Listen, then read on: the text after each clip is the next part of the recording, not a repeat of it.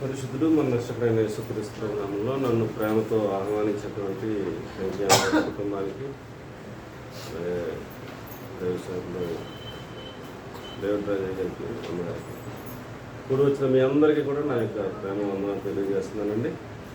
ఈ యొక్క 7 వారాల కూడిక సందర్భంగా ఈ వాక్యం చెప్పాలి ప్రభు అని ఆయన పాదాల దగ్గర కూర్చున్నప్పుడు దేవుడి వాక్యాన్ని బయలుపరిచారు. ఆదికాండము 9వ అధ్యాయము 27వ వాక్యాన్ని చదువుతుంది. ఆదికాండము 9వ అధ్యాయం 27వ వచనాన్ని చదువుతుంది.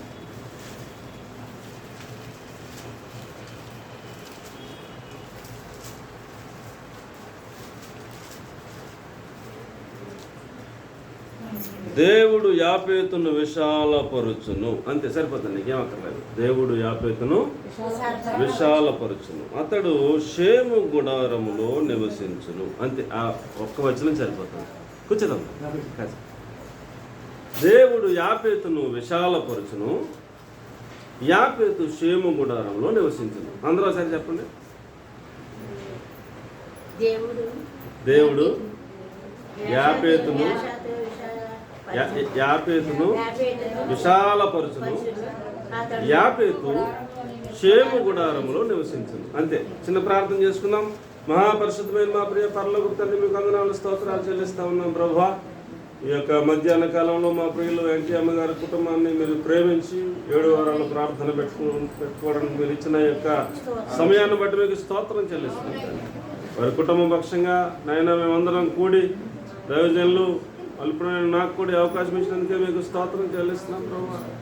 ఈ కుటుంబం పైన మీ ఆశీర్వాదాలు దిగిరానివ్వండి స్వామి, మీకు స్తోత్రాలు ప్రభు. ఈ 7 వారాల ప్రార్థనలో అనేక నాయన విషయాలు కూడి వచ్చిన వారందరికీ, కుటుంబ సభ్యులందరికీ నాతో మాత్రం మీరే మాట్లాడి మీ మహిమకు సిద్ధపరిచి మహిమ ఘనత ప్రభావాలు మీరు మాత్రం పొందమని, సకల ఆటంకాల అడ్లు ప్రతి విధమైనటువంటి కీళ్ళని తొలగింపు చేసి కుటుంబాన్ని కూడి వచ్చిన బిడ్డలందరినీ మీరు ఆశీర్వదించమని మీ చేతులకు అప్పగించుకుంటూ యేసుక్రీస్తు ప్రభు నామంలో ప్రార్థించి అడిగి వేడుకొని పొంది ఉన్నాం తండ్రి. ప్రియులారా, మనం చదువుకున్న వాక్య భాగంలో దేవుడు ఒక కుటుంబాన్ని ఒక వ్యక్తిని విశాలపరచాలని ఆశపడుతున్నాడు. ఏంటి దేవుడు ఏం ఆశపడుతున్నాడండి?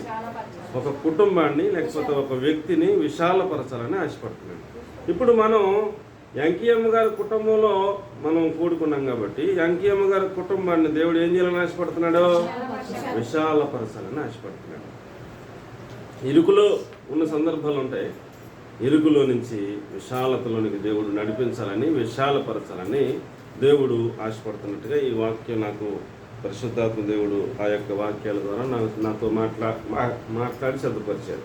కాబట్టి ప్రియులరా, ఒక వ్యక్తిని దేవుడు విశాలపరచాలంటే, ఒక కుటుంబాన్ని దేవుడు విశాలపరచాలంటే మనం ఏం చేయాలి అనేది మనం చాలా జాగ్రత్తగా నేర్చుకోవాల్సిన పాఠమని మీ అందరికి కూడా నేను మనవి చేస్తున్నాను. నా వైపు చూస్తూ శ్రద్ధగా కాసేపు వాక్యాన్ని వింటే హృదయంలోకి దేవుడు వాక్యం వెళ్తుంది. ఆ వాక్యాన్ని సరంగా జీవిస్తే మనందరం కూడా, ఈ కుటుంబీకులే మాత్రమే కాదు, మనందరినీ కూడా దేవుడు విశాలపరుస్తాడని మీకు నేను మనవి చేస్తూ ఉన్నాను. నోవాహు గారికి పిల్లలు ఉన్నారు. నోవాహు గారికి పిల్లలు ఉన్నారు. అందులో ఒక ఆయన పేరు షేము, ఇంకొక ఆయన పేరు యాపేతు. ఇంకొక ఆయన కూడా ఉన్నాడు, కానీ ఆయన పేరు ఎందుకు లేని చెప్పట్లేదు. అబ్బాయిలు 2వ అబ్బాయి లేడు కనుక ఇంకా ఆయన్ని మనం గుర్తు చేసి బాధ పెట్టడం భావ్యం కాదు. కాబట్టి ఇద్దరు అబ్బాయిలు ఎవరండి? ఒక ఆయన పేరు షేము, ఇంకొక ఆయన పేరు యాపేతు. వీళ్ళిద్దరు అబ్బాయిలు, అందులో యాపేతును దేవుడు విశాలపరుస్తాడంట, షేము గుడారంలో నివసింపచేస్తాడంట. అంటే ఇప్పుడు శ్రీను గారు ఉన్నారు, తమ్ముడు ఉన్నాడు అండి, ఇద్దరిలో ఒకరిని విశాలపరుస్తాడంట. ఇంకొక ఆయన విశాలపరిచిన ఆయన వచ్చి ఇంకొక ఆయన దగ్గర నివసించాలంట. నా మాటలు అర్థమవుతున్నాయండి? ఒకరినేమో విశాలపరుస్తాడంట, విశాలపరిచిన తర్వాత ఆయన వచ్చి ఇంకొక ఆయన దగ్గర నివసించాలంట. ఇది ఇక్కడ చెప్పబడిన వాక్యం భావం ఏమండి. ఇప్పుడు యాపేతును దేవుడు విశాలపరచడానికి ఒకసారి వాక్యం చదవండి. విశాలపరుస్తాను అన్నాడా దేవుడు? విశాలపరిచాను అన్నాడా? విశాలపరుస్తాను అన్నాడా? విశాలపరిచాను అన్నాడా? విశాలపరుచును అన్నాడా? ఒకసారి చూడండి. అమ్మమ్మ ఏమన్నాడు? విశాలపరుచును అంటే ఇంకా జరిగిపోయిందా? జరగాల? చేస్తాడా? ఏమండి అమ్మా? విశాలపరిచెను అంటే జరిగిపోయింది. విశాలపరుచును విశాలపరుచును అంటే చేస్తాడు దేవుడు, విశాలపరుస్తాడు అన్నట్టు. విశాలపరిచేశాడు కాదు, విశాలపరుచును యాపేతును అని దేవుని వాక్యం తెలియజేస్తూ ఉంది. ఇప్పుడు ప్రియులారా, ఈ యొక్క మన ఎంకేఎం గారి కుటుంబంలో పిల్లలను దేవుడు విశాలపరచాలి అంటే ఈ బిడ్డలకి ఒక మంచి క్వాలిటీ ఉండాలి. ఈయన ఎలాగో కాస్త పరిస్థితి కాబట్టి తమ్ముడు గారికి ఆ యొక్క భాగ్యం దేవుడు ఇస్తాడు. ఆయనకి ఏం క్వాలిటీ ఉండాలనేది మనం చాలా జాగ్రత్తగా ఆలోచన చేయాలి. చెల్లి కూడా, అమ్మ నువ్వు కూడా. ఇప్పుడు షేము ఈ యాపేతు ఇద్దరు కూడా వారిలో ఉన్న మంచి క్వాలిటీ ఏంటంటే, అక్కడ రాసిన సందర్భం మరి తప్పదు చెప్పాలి. వాళ్ళ నాన్నగారు నోవహు గారు ద్రాక్షారసం తాగాడంట. ఏం తాగాడంట? ద్రాక్షారసం తాగాడంట. అది మన కాంటెస్ట్ కాదు, కాకపోతే అందులో ఉన్న సారాంశాన్ని మనం తీసుకోవాలి. ఆయన ద్రాక్షారసం తాగిన తర్వాత మొత్తుడై పడిపోయాడంట. పడిపోయిన తర్వాత వస్త్రం ఉందో లేదో కూడా ఆయనకు తెలియలేదంట. తెలియలేనప్పుడు వీళ్ళిద్దరు కొడుకులు ఏం చేశారంటే, ఆ వార్త వాళ్ళకి వినబడింది. వాళ్ళిద్దరికి ఏమనబడింది? అరే నాన్నగారు పడిపోయాడంట, వస్త్రం ఉందో లేదో తెలియట్లేదంట అని తెలియగానే వీళ్ళిద్దరూ ఇక్కడ లోపల వాళ్ళ నాన్నగారు ఉన్నాడు అనుకోండి, గుమ్మం దాకా పరిగెత్తుకుంటూ వచ్చారు. వీళ్ళిద్దరు పరిగెత్తుకుంటూ వచ్చి ఆ గుమ్మం కాడి నుంచి ఇలాగ రాకుండా ఇలాగ వస్తున్నారు. ఇలాగ వస్తున్నారండి. ఆ గుమ్మం దాకా వచ్చి గుమ్మం కాడి నుంచి లోపలికి వస్తున్నారు. ఇలాగ వచ్చి దగ్గర దాకా వచ్చి ఇద్దరు ఇలా కూర్చొని ఈ వస్త్రం తీసి ఇలా పైదాకా పెట్టి అప్పుడు చూశారనమాట. అప్పుడు చూసి ఆ వస్త్రాన్ని గట్టిగా బిగించి చక్కగా ఏర్పాటు చేశారు. ఇప్పుడు వీళ్ళిద్దరూ ఏం చూడలేదు? తండ్రి గారిని వస్త్రహీనుడిగా చూడకూడదు అని చాలా భయభక్తులతో, తండ్రి అంటే గౌరవంతో, చాలా శ్రద్ధతో, తండ్రి ఎడల వారికి ఉన్నటువంటి ఆ ప్రేమ, ఆ గౌరవాన్ని మనం ఆ పాయింట్ గమనించాలని మీకు నేను మనవి చేస్తున్నాను. ఆయనకి మెలికి వచ్చిన తర్వాత ఏం జరిగిందని చెప్పేసి ఆయన తెలుసుకుని ఈ ఇద్దరు బిడ్డల్ని ఆశీర్వదించాడు. ఏం చేశాడండి? ఇద్దరు బిడ్డల్ని ఆశీర్వదించాడు. కాబట్టి ప్రియులారా, ఈ యొక్క ఎంకేఎం గారి కుటుంబంలో తమ్ముడు శ్రీనుని దేవుడు విశాలపరచాలంటే తమ్ముడు కానీ చెల్లికి కానీ ఆ తల్లి గారిని గౌరవించాల్సిన బాధ్యత ఉంటుందని నేను మీకు మనవి చేస్తాను. ఏం చేయాలండి? మిమ్మల్ని దేవుడు విశాలపరచాలంటే మీకు ఏముండాలి? అమ్మ మీ ఇద్దరికి ఏముండాలి? ఎవరిని గౌరవించాలి? మీ ఇంట్లో పెద్ద దిక్కు ఆవిడే కాబట్టి, మరి అయ్యగారు లేరు కదా, ఆవిడే కాబట్టి ఆవిడ ఏం చేయాలి? మీరిద్దరూ గౌరవించాలి, సన్మానించాలి, వారిని చాలా జాగ్రత్తగా చూసుకోవాలి. వారి గౌరవానికి భంగం వాటిల్లేటట్టుగా ఇద్దరు ప్రవర్తించకూడదు. చాలా ఆయన తల్లిగా ఎంత బాగా చూసుకుంటారో అంతకన్నా ఎక్కువ అమ్మ అరే నువ్వు అంతకన్నా ఎక్కువ బాగా చూసుకోవాలి. అలా చూసుకుంటే దేవుడు మిమ్మల్ని ఏం చేస్తాడు చెప్పండి? దేవుని వాక్యం చాలా ఉన్నట్టుగా ఉంటుంది. అలా చేస్తే ఖచ్చితంగా దీవిస్తాడు, ఖచ్చితంగా ఆశీర్వదిస్తాడు, అందులో అనుమానం ఏం లేదు. ఏమండి? మిమ్మల్ని దేవుడు విశాలపరచాలి అని ఆశపడుతున్నాడు. విశాలపరచాలంటే మీరు ఏం చేయాలి? మొట్టమొదట చెప్పాలి. ఏం చేయాలి? చెప్పండి. ఏం చేయాలి? తల్లిని, తండ్రిని, అత్తగారిని సన్మానించాలి, గౌరవించాలి, వారికి పరిచయం చేయాలి, వారిని చాలా మనకు చేతనైనంత చేయాలి. అలా చేయగలిగితే, అలాంటి హృదయం అనుకుంటే దేవుడు అలాంటి బిడ్డలను విశాలపరుస్తాడు. కాబట్టి ఇది ఉపోద్ఘాతం మాత్రమే. మొదటి పాయింట్ ఏమిటంటే, ఒక వ్యక్తిని దేవుడు విశాలపరచాలి అని ఆశపడినప్పుడు ఆ వ్యక్తికి ఎలాగైనా దగ్గర అవుతాడు అనేది మనం ఒకసారి ఆలోచన చేద్దాం. మొదటి పాయింట్ ఏమిటంటే 2 సమూయేలు గ్రంథం 22వ అధ్యాయం 19వ వచనం. 2 సమూయేలు గ్రంథం 22వ అధ్యాయం 19వ వచనం. అలా చెప్పకనే తీసేస్తే ముందుకు వెళ్ళిపోవచ్చు. 2 సమూయేలు 22:19. ఎంతసేపు నేను తీస్తే మంచిదేమో. 2 సమూయేలు 22:19.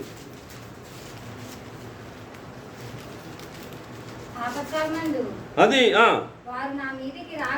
ఆపత్కాలమందు వారు నా మీదికి రాగా యెహోవా నన్ను ఆదుకొనెను, విశాలమైన స్థలమునకు నన్ను తోడుకొని వచ్చాను అన్నాడు. ఇప్పుడు ప్రియులారా, ఒక వ్యక్తిని దేవుడు విశాలపరచాలి, విశాలమైన స్థలమునకు తీసుకుని రావాలి అని అనుకున్నాడు అని అంటే, ఆయన ముందు ఆ వ్యక్తి ఉన్నటువంటి ఆపదల్లో అతడిని ఏం చేస్తాడంట? ఆదుకుని అప్పుడు విశాలతలను తీసుకెళ్తాడు. ఇప్పుడు వెంకయ్యమ్మ గారి ఇంట్లో అయినా మన కూడి వచ్చిన మనలలో అయినా ఏమైనా ఆపదలు ఉంటే కనుక ఆపదలో మనం చిక్కుకున్నట్లయితే శత్రువులు మనలను ఏమండి మన మీదకి వచ్చిన వారు చాలా బలవంతులంట. మన మీదకి వచ్చిన వారు ఎలాంటి వారు అంటండి? మన మీదకి వచ్చిన వారు చాలా బలవంతులంట, వారు చాలా బలిష్ఠులంట, వారు మన మీద చాలా ఏమండి ద్వేషం కలిగి ఉన్నారంట. అలాంటి వారి మధ్యలో వాళ్ళు అనుకున్నారంట, ఈయన్ని ఇరికించేసాంరా, ఈడు దొరికేసాడరా, ఈయన్ని మనం మొత్తం ఇరిసేద్దాంరా అని అనుకున్నారంట. అనుకుంటే దేవుడి మధ్యలో ఎంటర్ అయ్యాడు. ఎంటర్ అయ్యి ఆపదలో చిక్కుకున్న అతడిని ఏం చేశాడంట? ఆదుకున్నాడంట. ఆదుకున్నాడంట. దేవుడు మనం ఇరుక్కుపోయాం అనుకున్న పరిస్థితుల్లో ఏండి, ఇంకా ఆధారం పోయింది అనుకున్న పరిస్థితుల్లో ఇప్పుడు వరకు దేవుడు ఏదో ఒక ఆధారం ఇచ్చాడు, ఆధారంలో జీవనోపాధి కొనసాగిస్తున్నారు. ఇప్పుడు ఆధారం కూడా కోల్పోయిన పరిస్థితుల్లో ఇక మనకి అన్ని హోప్స్ పోయినాయి, మన పరిస్థితి అంతా అగమ్యగోచరం అయింది, మనకి ఏ దారి కనిపించట్లేదు, ఏ పనికి వెళ్ళాలో తెలియట్లేదు, ఏంటి ప్రభువా ఈ పరిస్థితి, నేను అన్ని విధాలా ఇరుక్కుపోయాను అనేటువంటి పరిస్థితుల్లో మనం ఉన్నప్పుడు దేవుడు ఆ బలమైన వారి చేతిలో నుంచి, ఆ బలిష్ఠుల చేతిలో నుంచి, ఆ శత్రువుల చేతిలో నుంచి, ఆ ద్వేషించే వారి చేతిలో నుంచి, వీళ్ళందరి చేతిలో నుంచి ఆయన మనలను ఆదుకుని వాళ్ళందరినీ చెదరగొట్టి అప్పుడు ఇరుకులో ఉన్న మనలను విశాల స్థలంలోకి తీసుకొస్తాడన్న. విశాల స్థలంలోకి తీసుకొచ్చి నిన్ను ఆశీర్వదిస్తాడు, నిన్ను దీవిస్తాడు, నీకు మరలా ఒక ఉపాధిని ఇస్తాడు, నీకు మరలా ఒక మంచి ఆ జీవనోపాధిని ఇస్తాడు, నిన్ను తలగా నిలబెడతాడు అని దేవుని వాక్యం తెలియజేస్తుంది. కాబట్టి ప్రియులారా, మొదటి పాయింట్లో మనం తెలుసుకోవలసిన పాఠం ఏమిటనగా, ఆపత్కాలములో మనం ఉన్నప్పుడు, ఎవరండి? ఆపత్కాలములో మనము ఉన్నప్పుడు వారు నా మీదకు రాగా ఆయన నన్ను ఏం చేశాడంటే ఆదుకున్నాడు అంటాడు. చూడండి అక్కడ 19లో అంతకంటే ముందు నేను మాట్లాడిన మాటలే ఉంటాయి. ఏమంటాడు? నేను ఒకవేళ మహా జలరాశుల లోపలికి నేను వెళ్ళిపోయినా, ఎక్కడికి వెళ్ళిపోయినట్టండి, నేను ఎంత ఆపదలో ఉన్నానో, నా వైపు చూడండి, నేను ఎంత ఆపదలో ఉన్నానంటే, ఒక నది ఉన్నది, ఆ నది లోపలికంటే నేను వెళ్ళిపోయాను, మహా జలరాశుల్లోకి నేను వెళ్ళిపోయినా దేవుడు అంట ఆయన చెయ్యిని అలాగ కిందకి పెట్టి నన్ను పట్టుకుని మహా జలరాశుల్లో నుంచి నన్ను పైకి లేవదీసి అప్పుడు ఆపదలన్నీ తొలగించి అప్పుడు విశాల స్థలంలో నుంచో పెడతారంట తీసుకెళ్ళి. దేవునికి స్తోత్రం కలిగిన. మనకున్న కష్టాలు, మనకున్న ఇబ్బందులు, మనకున్న ఇరుకులు, మనకున్న శోధనలు ఎల్లకాలం ఉండవు. దేవునికి స్తోత్రం చెప్పండి. ఇవన్నీ ఆపదలన్నీ తొలగించే కాలం దేవుడు తీసుకొస్తాడు. దేవునికి స్తోత్రం కలిగిన గాక. ఆపదలన్నీ తొలగించి అప్పుడు మనల్ని విశాల స్థలంలో నుంచో పెడతానని చెప్తున్నాడు. వాళ్ళు చాలా బలవంతులు, వాళ్ళు చాలా బలిష్ఠులు, వాళ్ళు మనం అంటే ద్వేషిస్తున్నారు, వాళ్ళు మన మీద కారమిరియాలు నూనేస్తున్నారు, వాళ్ళు మనకి గోతులు తవ్వేస్తున్నారు, వాళ్ళు మనకి హుచ్చులు పెట్టేశారు, వాళ్ళు మనకి వలలు వేసేసారు. ఈ వలలు ఎలా తప్పించుకోగలం, ఎక్కడ పడితే అక్కడ బాంబులు పెట్టేశారు, అడుగు వేస్తే పీలిపోయేలా ఉంది, నన్ను హతమొందించాలని చాలా ప్రయత్నాలు చేస్తున్నారు. అన్నీ నిజమే. కానీ నిన్ను ఆపదలో ఉన్న నిన్ను ఏం చేస్తాడంట? ఆదుకుంటాడంట. దేవునికి మహిమ కలుగును. కాబట్టి ప్రియులరా, వారు జల ప్రవాహముల అడుగు భాగంలో నేను ఉన్నప్పటికీ నన్ను ఆయన చేయి పట్టుకుని జలరాశిలో నుంచి తీస్తాడు. బలవంతులకు పగవారు, నా పగవారు ఎలా ఉన్నారంటే బలవంతులుగా ఉన్నారు, వారు నన్ను ద్వేషిస్తూ ఉన్నారు, వారు నాకంటే బలిష్ఠులుగా ఉన్నారు, వారి వశము నుండి ఆయన నన్ను రక్షించెను. దేవునికి స్తోత్రం కలిగింది.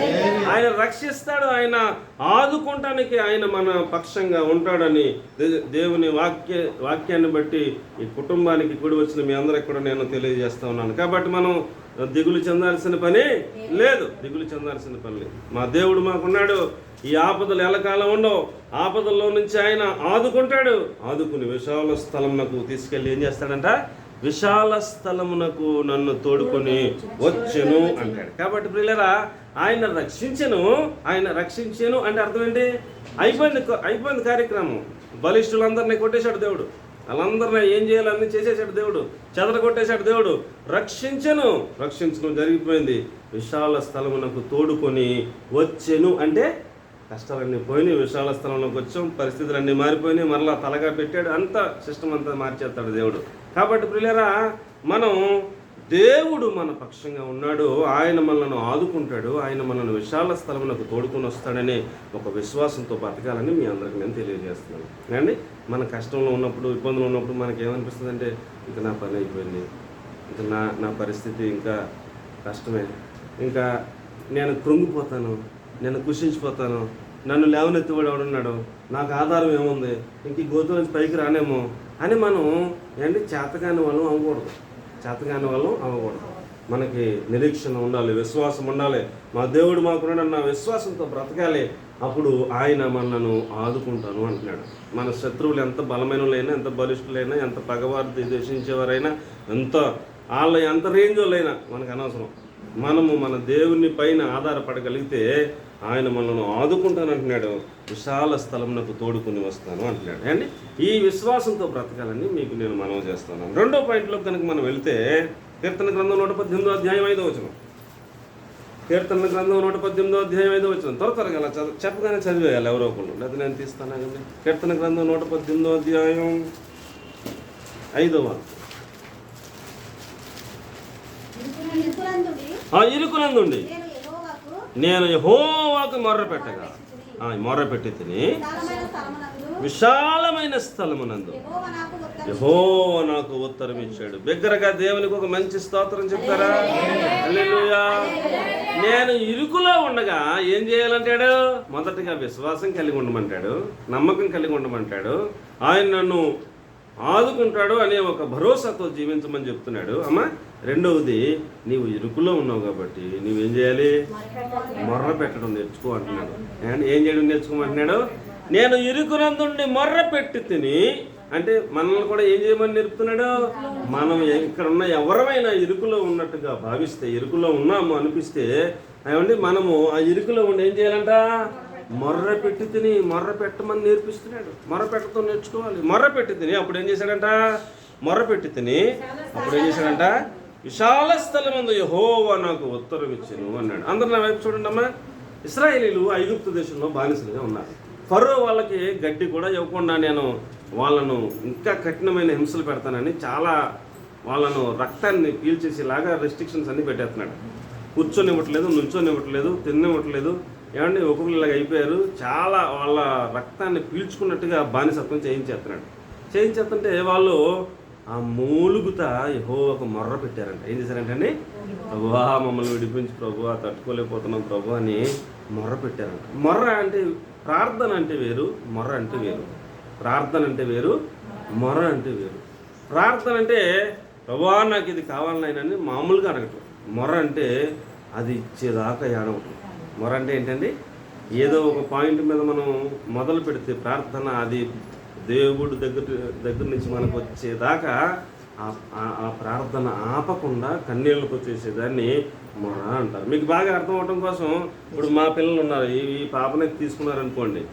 ఈ పాప వెళ్తున్నప్పుడు ఏదో ఐస్ క్రీమ్ అని ఎవడో తగులుతాడు, డాడీ ఐస్ క్రీమ్ అంటారు.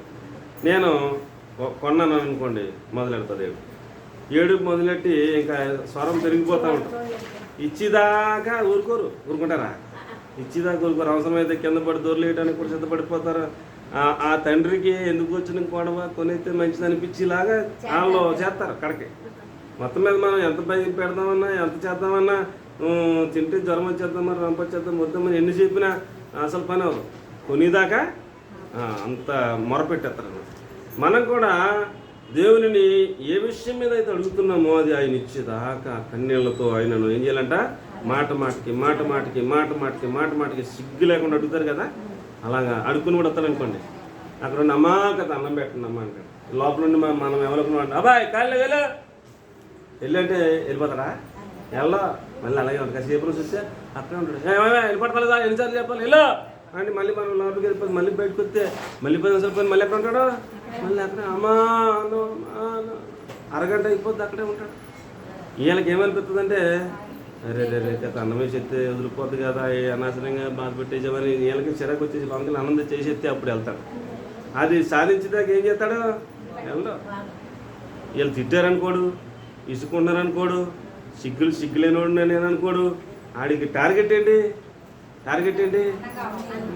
అన్నం పెడితే నేను వెళ్తలేదు వెళ్ళడానికి. ఆ టైపు మనం మొరపెడతామంటే, ప్రభువా నాకు ఇది కావాలి నాయన, నిన్ను తప్ప ఎవరిని అడుగుతాను, నా తండ్రి నువ్వు, నన్ను పుట్టించేవాడు నువ్వు, నిన్నే అడుగుతాను, నేను ఎవరిని అడుగుతలేదు, నువ్వే ఆధారం, నిన్నే అడుగుతాను, నాకు ఇచ్చేదా కోరుకోనని చెప్పేసి మనం కన్నీళ్లతో ఆయన సన్నిధిలో పాదాలు పట్టుకుని అది సాధించేదాకా చేసే ప్రార్థననే మొర్రపెట్టడం అంటారు. యాకోబు గారు 20 సంవత్సరాలు ప్రార్థన చేయడం మర్చిపోయాడు.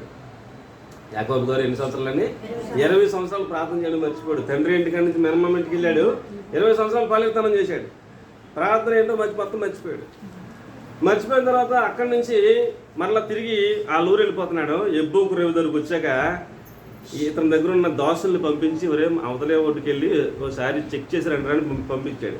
ఈ దోశలు వెళ్ళేపటికి అవతలొట్టిన వీళ్ళ అన్నగారు, ఎవరు అన్నగారు, యాకోబు గారు అన్నయ్య యాషావు 400 మందిని వేసుకుని కత్తులు కర్రలు పట్టుకుని అక్కడ ఉన్నాడంట.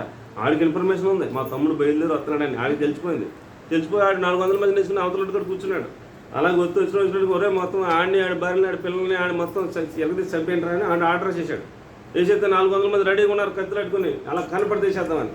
ఈ ఇల్లు అంత లెక్కలో చూసి అమ్మ చాలా గట్టిగా ఉందని చెప్పేసి జాగ్రత్తగా వచ్చి యాకోబుకి చెప్పారు, అయ్యా నువ్వు అవతలొడ్డుకి వెళ్తే ఏమన్నది, మొత్తం ఛాతీ గల్లంత అయిపోద్ది, మొత్తం మీ అన్నగారు 400 మందిని వేసుకుని ఉన్నాడో, నిన్ను భార్యని పిల్లలు అందరినీ చంపేసేలాగా ఉన్నాడు, చాలా ఉగ్రుడిగా ఉన్నాడని చెప్పి ఇన్ఫర్మేషన్ ఇచ్చారు. ఇస్తే యాకోబు చాలా తెలివితేటలుగా ఒక గుంపుని ఇలా పంపాడంట, ఒక గుంపుని అలా పంపాడంట. అలాగా ఎడదీసి పంపి ఒకవేళ యాసవ్ అడిగితే సాష్టాంగపడి నమస్కారం అన్న చేసి మీ దాసుడైన యాకోబు భార్యలు అని చెప్పండి, ఏదో ఒకటి చెప్పండి, ఆడు కనికరించేలాగా చంపకుండా ఉండలే కానీ వీళ్ళందరికీ హితపాతం చేసి పంపించేసి ఒక్కడు ఉండిపోయాడు, వెళ్ళలేదు. ఆ రాత్రి అంతా 20 సంవత్సరాల నుంచి ప్రార్థన చేయడం, రాత్రి ఏం చేస్తున్నాడు, మోకాళ్ళ మీద పడిపోయాడు, కన్నీళ్ళు గర్చేస్తున్నాడు, తెల్లలేదాకా మోకాళ్ళు దిగుతలేదు, కన్నీళ్ళు అవుతలేదు, ప్రభు ఆశీర్వదించి అంటున్నాడు. ఇదేంటిదా మరి 20 సంవత్సరాల నుంచి మరి ఎప్పుడు ప్రార్థన చేయలేదు కదా, ఇప్పుడు మరి ఎంత ప్రార్థన చేస్తున్నామని ప్రభు అండి కఠినంగా ఏం లేడు, అలా మోకరించగానే కనికరం కలిగిన దేవుడు అండి. ఎవరండి, కనికరం కలిగిన దేవుడు, జాలి కలిగిన దేవుడు. మోకరించగానే ప్రభుకి పరలోక రాజ్యంలో కూర్చోబుద్దాలని వచ్చాడంట. వచ్చేస్తే పట్టేసుకుని నన్ను నన్ను ఆశీర్వదించని తెల్లవారులు ఏడుతున్నాడు. కన్నీళ్ళు పశ్చాత్తాపానికి సదృశ్యం. కన్నీళ్ళు దేనికి సదృశ్యం అండి, పశ్చాత్తాపానికి సదృశ్యం. ప్రభు మా నాన్న మోసం చేశాను నిజమే ఒప్పుకుంటున్నానయ్యా, మా అన్నగారిని మోసం చేశాను నిజమే ఒప్పుకుంటున్నాను ప్రభు అని కన్నీళ్లతో పశ్చాత్తాపంతో ప్రార్థనలో ఉండిపోయాడు తెల్లవారులు. హోషేయ భక్తుడు పరిశుద్ధాత్మ చేత చెబుతాడు, అతడు దేవుని దూతతో పోరాడాను, అతడు పోరాడి జయం పొందెను అని రాశాడు. అతడు కన్నీళ్లు విడిచినని రాశాడు. లేకపోతే నాకేం తెలుసు అతడు కన్నీళ్ళు ఖర్చాడని. ఏమండి, పరిశుద్ధాత్ముడు హోషేయ భక్తుడితో రాయించాడు ఆ మాటలు. అతడు దేవునిని గెలిచాడు, మనుషులతోనూ దేవునితోనూ పోరాడి గెలిచిన వాడని ఇంకొక చోట రాశాడు.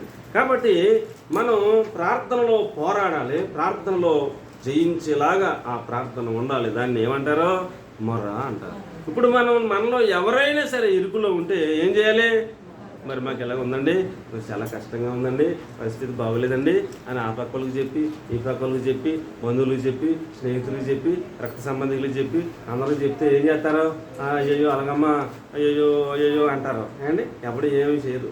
ఎవరైనా ఏం చేస్తారా, ఎవరు ఏం చేయరు, ఎవరు ఏం ఉపకారం ఏమి ఉండదు. మళ్ళీ రేపు పొద్దున్న ఏదన్నా సందర్భం వచ్చి ఏదన్నా తేడా వస్తే చెప్తారు, అందుకనే నీకు అలాగైందా, అందుకనే నీకు అలాగైందిరా, అందుకనే ఎలాగరా అని మళ్ళీ ఎంత ప్రాబ్లం అవుతుంది. కాబట్టి మనం ఎవరికి చెప్పుకోకూడదు. ఎవరికి చెప్పుకోవాలి, దేవునికి మొరపెట్టుకోవాలి. మన సమస్యలన్నీ మన బాధలన్నీ ప్రభువా అని మొరపెట్టుకోవాలి. అది తీర్చేదాకా మనం ఏమండి పట్టుదలతో ఆ మొర చేయాలి. ఒక యాకోబులాగా సాధించాలి. తెల్లారపటికి దేవుడే ఆశీర్వదించి వెళ్ళిపోయేలాగా ప్రార్థన చేశాడు. దేవునికి స్తోత్రం కలిగినగా అలా ఉండాలి. మనం మొరపెడితే అలాగ మొరపెట్టాలి. ఇశ్రాయేలు మొరపెడితే దేవుని సన్నిధికి వెళ్ళిందంట. దేవుడు జవాబిస్తే ఎక్కడ ఇవ్వాలి జవాబు? మొరపెట్టింది ఎవరు చెప్పండి, తిరిగే కదా నేను మాట్లాడేది. మొరపెట్టింది ఎవరు? ఇశ్రాయేలీలు ఐగుప్తులు మొరపెట్టారు. ఫరో దగ్గర బానిసలుగా ఉండి మొరపెట్టారు. ఇప్పుడు దేవుడు జవాబిస్తే ఎక్కడ ఇవ్వాలి? ఇశ్రాయేలు ప్రజలకి ఐగుప్తు దేశంలో వాళ్ళు బానిసలుగా ఉన్నారు కాబట్టి అక్కడే ఆయన కనపడి దర్శించి ఏదో ఒక జవాబు ఇవ్వాలి. జవాబు ఎక్కడిచ్చాడు? మిద్యాను అరణ్యంలో మోషే మామ మందను మేపుకుంటే అక్కడ దర్శనం ఇచ్చాడు. మొరపెట్టింది ఎక్కడ? ఐగుప్తులో. దర్శించింది ఎక్కడ? మిద్యాను అరణ్యంలో మంట మండిపోతుందంట, పొద కాలిపోతుందంట. మోషే దగ్గరికి వెళ్తే మోషేతో చెప్తున్నాడు దేవుడు, నా ప్రజలను విమోచించడానికి నువ్వు వెళ్ళాలి, వాళ్ళ మొర నా సన్నిధికి వచ్చిందని చెప్తున్నాడు. ఇప్పుడు జవాబు ఎక్కడిచ్చాడు? వీళ్ళ ఇరుకులో ఉండి మొరపెట్టారు. విశాల స్థలంలో మోషేకి అక్కడ దర్శనమిచ్చి అక్కడ అపాయింట్మెంట్ చేస్తున్నాడు దేవుడు. మనం ఇరుకులో ఉండి మొరపెడితే ఆయన ఏం చేస్తాడంట? విశాల స్థలములో ఆయన ఉత్తరం ఇస్తాడు. దేవునికి స్తోత్రం కలుగునుగా. ఏమండి, మరి నేను ఇక్కడ ప్రార్థన చేశాను కదా, దేవుడు నాకు కనపడాలి, అలాగే ఉండదు. దేవుడు దైవ సేవకుడు కనపడతాడు, ఆయన ద్వారా నీకు విడుదల ఇస్తాడు. కాబట్టి పిల్లరా, మోషేని పంపించాడు. మోషే ద్వారా ఒక్క రాత్రిలోనే 30 లక్షల మందిని విమోచించాడు, తీసుకెళ్ళాడు కనాను దేశానికి. ఎర్ర సముద్రం పాయలు చేసి పడేశాడు. అడ్డొచ్చిందల్లా ఏమండి వాటిని నిర్మూలించి పాయలు చేసి రోడ్లాగా చేసి కనాను దేశానికి, యోర్దాను కూడా చీలిపోయింది ఏమండి, ఇశ్రాయేలు ప్రజల ముందు కనాను దేశానికి తీసుకెళ్ళాడు. కాబట్టి పిల్లరా, మనం ఇరుకులందు ఉండి ఏం చేయాలి? మొరపెడుతూ నేర్చుకోవాలి. అప్పుడు విశాల స్థలంలో ఆయన మనకి ఏమిస్తాడు? ఉత్తరం ఇస్తాడని మనం తెలుసుకోవాలి. మొదటి పాయింట్లో ఏం చేయాలి? ఏమంటే మొదటి పాయింట్లో ఏం చేయాలి?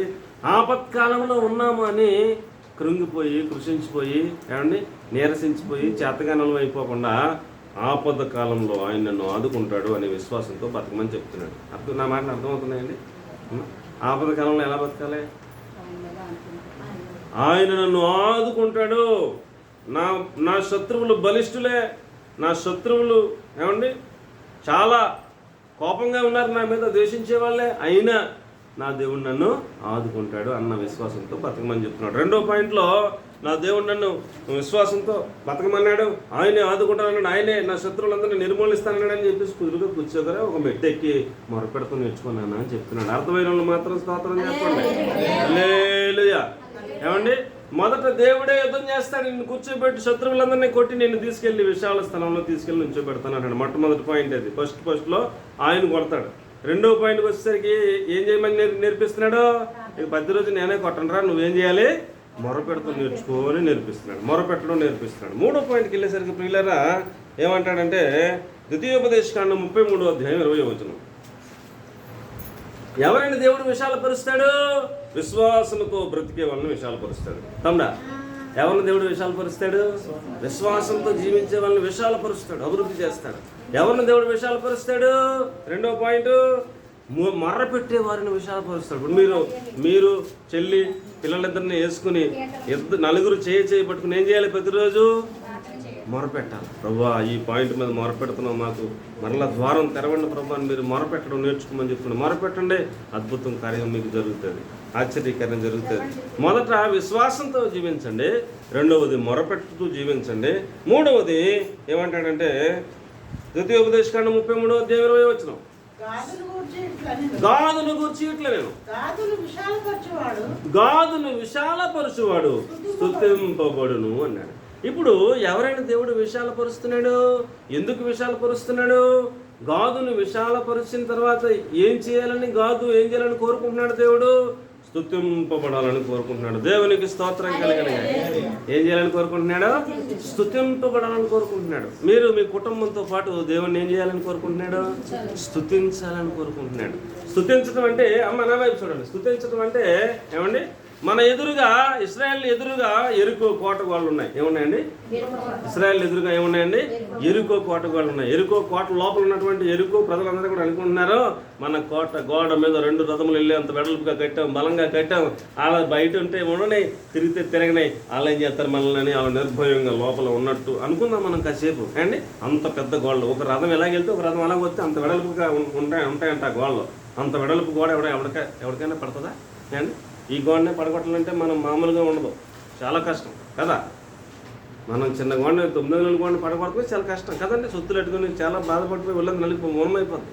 అలాంటిది 2 రథాలు వెళ్ళే అంత గోడ పడిపోతుంది. ఎలా పడిపోద్ది? ఎలా పడగొట్టేస్తారా? వాళ్ళు ధీమాగా ఉండొచ్చు, కానీ ఇశ్రాయేల్ చేసిన పని ఏంటంటే స్తుతించడం మొదలు పెట్టారంట. దేవునికి స్తోత్రం కలిగిన ఏం చేస్తున్నారంట? యాజకులు బోర్లు పట్టుకున్నారంట, రౌండ్ వాళ్ళ ప్రాకారం చుట్టూ రౌండ్ వేస్తున్నారంట. ఒక రౌండ్ అయిపోయింది. దేవుణ్ణి స్తుతిస్తూ ఉన్నారు, బోర్లు ఊదుతూ ఉన్నారు, పాటలు పాడుతూ ఉన్నారు, స్తుతిస్తూ ఉన్నారు. అలాగే 7 సార్లు స్తుతిస్తూ ఆఖరిలో పెద్ద శబ్దము కేక వేయగా స్తుతుల మూలమును ఎరుకు కోట గోడలు పూలను దేవునికి స్తోత్రం కలిగినాయి. మనం కుటుంబ సమేతంగా 4 కూర్చొని, అమ్మని కూడా కలుపుకుని 5 కూర్చొని ఏం చేయాలి? స్తుతించాలి దేవుని. ఏం చేయాలి? ప్రార్థించడం వేరు, మొరపెట్టడం వేరు, స్తుతించడం వేరు. ఇవన్నీ నేర్చుకోవాలి. ఏమండి, ఏం చేయాలి? స్తుతించాలి. ఆయనని స్తుతించడం ఎలాగో నేర్చుకోండి. స్తుతించడం ఆ సబ్జెక్ట్ వచ్చినప్పుడు నేను ఒకవేళ అలాంటి సబ్జెక్ట్ వచ్చి చెప్తాను ఎలా స్తుతించాలనేది. ఇప్పుడు సబ్జెక్టులో మనం అందులోకి వెళ్తే మళ్ళీ రాలేము. ఏమండి, దేవుడిని ఏం చేయాలి? స్తుతించడం నేర్చుకోవాలి. ఆయనను స్తుతించాలి. రేపు పొద్దున్న పరలోకి వెళ్ళిపోతే ఏం చేద్దాం? అక్కడ యెహోవా పరిశుద్ధుడు పరిశుద్ధుడు పరిశుద్ధుడు పరిశుద్ధుడు 24 గంటలు స్తుతించడమే. ఇంకేం వేరే పని ఏం లేదు. అన్నం వండుకోవాల్సిన పని లేదు, కూర వండుకునే పని లేదు, మధ్యలో ఆగిపోయి ఏం లేదు. అంతమంది స్తుతించడమే.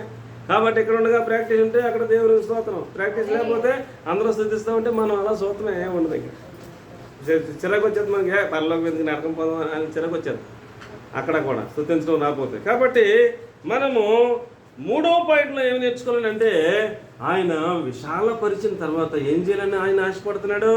గాదును విశాలపరచువాడు స్తుతింపబడును గాక అన్నాడు. మనం దేవుని ఏం చేయాలండి? స్తుతించాలి. స్తుతించడం ద్వారాగా ఒక 2 రథాలు వెళ్ళే అంతటి ప్రాకారం ఏమైపోయిందంటండి, అలా చక్కగా ఎక్కేలాగా పడిపోయిందంటండి. మొత్తం ఎక్కడిదక్కడే ఇటువైపు ఇటువైపు అటువైపు మొత్తం అలా పడిపోయి చక్కగా మనుషులు ఎక్కి వెళ్ళేలాగా పడిపోయిందంట. పడిపోతే మొత్తం సైన్యం అంతా వెళ్ళారు, మొత్తం నిర్మూలన చేసి అగ్నితో కాల్చి పడేశారు మొత్తం. కాబట్టి ప్రియులారా, ఒకసారి యెహోషాపాతు అనే రాజుగారు ఉన్నాడు. ఎవరండి? యెహోషాపాతు అనే రాజుగారు ఉన్నాడు. ఇశ్రాయేల్ మీద రాజుగా ఉన్నాడు.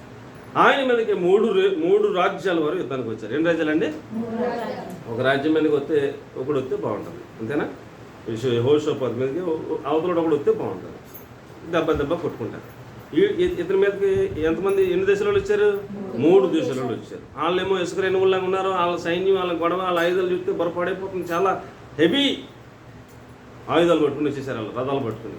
వీళ్ళ దగ్గర ఏమో ఏమీ లేవు, ఇశ్రాయేల్ దగ్గర ఏమీ లేవు. వాళ్ళతో యుద్ధం చేసేంత శక్తియుక్తులు కానీ ఆయుధాలు కానీ ఏమీ లేవు.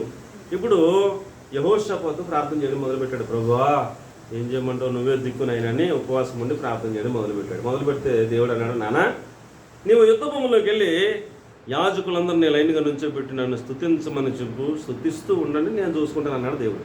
ఏం చేయాలంట అమ్మ? ఏం చేయాలంట చెప్పండి, ఏం చేయాలంట? మీరు స్తుతిస్తూ ఉండండి, నేను చూసుకుంటాను అన్నాడు దేవుడు. అండి అప్పుడు యెహోషాపాతు నమ్మాడు. తన ప్రజలందరికీ కూడా చెప్పాడు, యెహోవాను నమ్ముకున్నాడు, ఆయన ప్రవక్తలు నమ్ముకున్నప్పుడు మీరు కృతజ్ఞులు అవుతారు, మీరు స్థిరపరచబడతారని చెప్పి వాళ్ళందరినీ చెప్తే వాళ్ళు కూడా నమ్మి అండి యుద్ధ భూమిలోకి వెళ్ళారు. ఇప్పుడు యుద్ధ భూమిలోకి వెళ్ళి కూడా ఎలాగ వెళ్తాడు అమ్మ? యుద్ధ భూమిలోకి వెళ్ళి కూడా ఎలాగ వెళ్తాడు? కత్తులు వేసుకుని, ఆయుధాలు వేసుకుని, ఈటులు వేసుకుని, దాళ్ళు పట్టుకుని అండి అన్ని రకాల సమకూర్చుకుని, కవచాలు వేసుకుని యుద్ధ భూమిలోకి వెళ్ళాలి.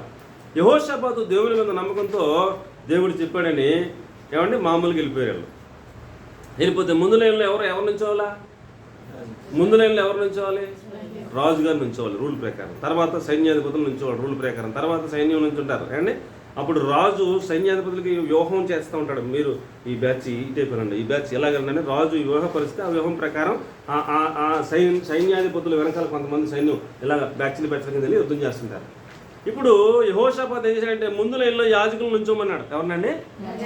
యాజకులు నుంచోమన్నాడు. యాజకులకి ఏమొచ్చు? కత్తెట్టుకోవడం వచ్చా? యాజకులకి యుద్ధం చేస్తవచ్చా? యాజకులకి ఏమొచ్చు? స్తుతించడం వచ్చు. ఏమొచ్చు? యాజకులకి ఏమొచ్చు? స్తుతించడం వచ్చు, బోర్లు వచ్చు, సితారా వాయించడం వచ్చు, పాటలు పాడటం వచ్చు, దేవుణ్ణి ఆరాధించడం వచ్చు. అంతకన్నా ఏం రాదు యాజకులకి. అంటే మందిరంలో పరిచర్య చేయడం వచ్చు, మోకాళ్ళ మీద ప్రార్థన చేయడం వచ్చు యాజకులకి. ఇంకేం వస్తుంది? కత్తినే పట్టుకోవటం ఏం రాదు. ముందు లైన్లో యాజకుల నుంచో పెట్టాడు, బోర్లు ఇచ్చాడు, సితార్లు ఇచ్చాడు, దేవుణ్ణి స్తుతించడం మొదలెట్టారు. స్తుతించడం వీళ్ళు ఇక్కడ స్తుతించడం ఇలా మొదలు పెట్టగానే అక్కడ దేవుడు పని మొదలు పెట్టాడు. దేవునికి స్తోత్రంగా. 3 దేశాల్లో ఏమండి ఈ దేశం వాడేమో ఈ దేశం వాడిని చంపేస్తున్నాడు, ఈ దేశం వాడేమో ఈ దేశం వాడిని చంపేస్తున్నాడు. ఇదేంటిరా ఈడు మనం అందరం కలిసి వచ్చి ఆడిని కొడదామని అంటే ఈడు మనం చంపేస్తున్నాడు, ఈయన చంపేస్తున్నాడు. ఏమంటే ఈయన చంపేస్తున్నాడు. ఇలాగ వాళ్ళకి తెగమగలు వచ్చి వాళ్ళ పొడుచుకుని మొత్తం అందరూ చచ్చిపోయారు, ఒక్క లేడు. వీళ్ళగా చాలాసేపు స్తుతించి వాళ్ళు ఏం జరుగుతుందో చూద్దాంరా అని ఆమెనని వెళ్ళి చూస్తే ఎవడో లేడు, అందరూ చచ్చిపోతున్నారు. అందరూ చచ్చిపోయినారు. అయ్యి బాబు దేవానికి ఎంత గొప్ప దేవుడు నాయన, కత్తెట్టు రాకుండా అసలు యుద్ధమే లేకుండా అయ్యి బాబు ఎంత గొప్ప దేవుడు ప్రభు. నేను అందరూ ఇంకా స్తుతించమే, ఇంకేం లేదుగా. స్తుతుల మూలముగా 3 రాజ్యాల వారిని సంహరించేసాడు. దేవునికి స్తోత్రం కలిగింది. హల్లెలూయా. కాబట్టి ప్రియులారా, దేవుడు ఎవరిని విశాలపరుస్తాడు? స్తుతించే వారిని విశాలపరుస్తాడు. నా మాటలు అర్థమైన వాళ్ళందరూ స్తోత్రం చెప్పండి. క్రైస్తవ్యం అంటే ఉత్తర ప్రత్యుత్తరం ఉండాలా? అలా చెప్తుంటే అలా సొప్పం కాదు. క్రైస్తవం ఏంటంటే ఉత్తర ప్రత్యుత్తరం ఉండాలి. వాక్యం చెప్తున్నప్పుడు అవును ఆమేన్ స్తోత్రం అని మీరు కూడా స్పందించాలి. అలాగే మనం ఏకీభవించాలి. ఆ దేవుని స్తుతిస్తూ వాక్యాన్ని వినాలి. దేవునికి స్తోత్రం కలుగునుగాక. హల్లెలూయా. కాబట్టి ప్రియులారా, స్తుతుల మూలమున దుర్గములను స్థాపించిన దేవుడు, దేవునికి స్తోత్రం చెప్పండి. స్తుతుల మూలమున ఎరికో కోటగోడలు కూల్చిన దేవుడు, దేవునికి స్తోత్రం కలుగునుగాక. స్తుతుల మూలమున యెహోషాపాతు పక్షంగా యుద్ధం చేసిన దేవుడు, దేవునికి స్తోత్రం చెప్పండి. ఏమండి, వాళ్ళు చచ్చిపోయిన అందరూ ఒంటి మీద బంగారం ఉందంట. వీళ్ళు ఒక్కొక్కడు శుభ్రంగా ఇవన్నీ ఒలుసుకుంటున్నారంట. ఇశ్రాయేలు అందరూ కూడా ఒలుసుకుని ఒక్కొక్కడు కూడా మొయ్యగలిగినంత బస్తా ఒడుసుకుని బస్తాలు వేసుకుని ఆడు ఈ మీద పెట్టుకుని సరిపోద్ది, ఇంకెక్కువ మొయ్యలేను అనుకుని ఎవడ మట్టుగా వచ్చేస్తున్నాడంటే. అలాగే 3 రోజులు పట్టిందంట ఒలుసుకుంటే. ఎన్ని రోజులండి?